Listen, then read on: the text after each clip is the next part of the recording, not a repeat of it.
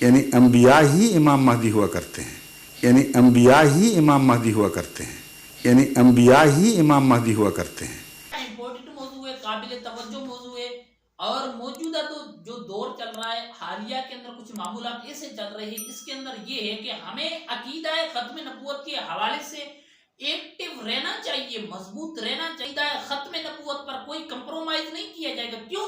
یہ ہمارے ایمان کا حصہ ہے۔ جیسے اللہ تعالیٰ کو احد و صمد لا شریک لہو جاننا لازم ہے، ایسے نبی آخر الزمان صلی اللہ علیہ وسلم کو خاتم النبیین، آخری نبی جاننا لازمی ہے۔ ایمان کا حصہ ہے، مدار ایمان ہے، بنائے ایمان ہے۔ اگر ہم نبی مکرم صلی اللہ علیہ وسلم کو آخری نبی نہیں مانتے تو پھر ہم کروڑوں نمازیں پڑھیں، عبادتیں کریں، ریاضتیں کریں، لیکن کسی کام کی وہ عبادتیں، وہ ریاضتیں نہیں ہے۔ دوستو، نبی مکرم صلی اللہ علیہ وسلم کا خاتم النبیین ہونا قرآن سے بھی ثابت ہے، حدیث متواترہ سے بھی ثابت ہے۔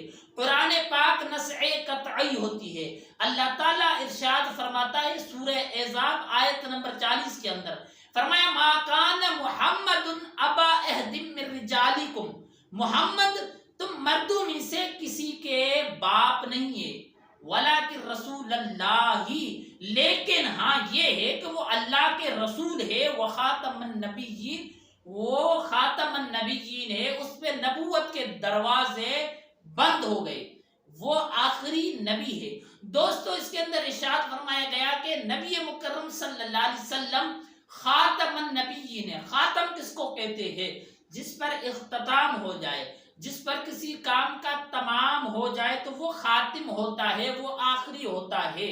اور ہر کوئی بھی کام شروع ہوتا ہے تو اس کا آخر اختتام بھی ہوتا ہے۔ تو نبیوں کی شروعات بھی ہوئی اور انتہا ہوئی اور اختتام ہوا، وہ نبی آخر الزمان عربی محمد صلی اللہ علیہ وسلم خاتم النبیین پر اختتام ہوا۔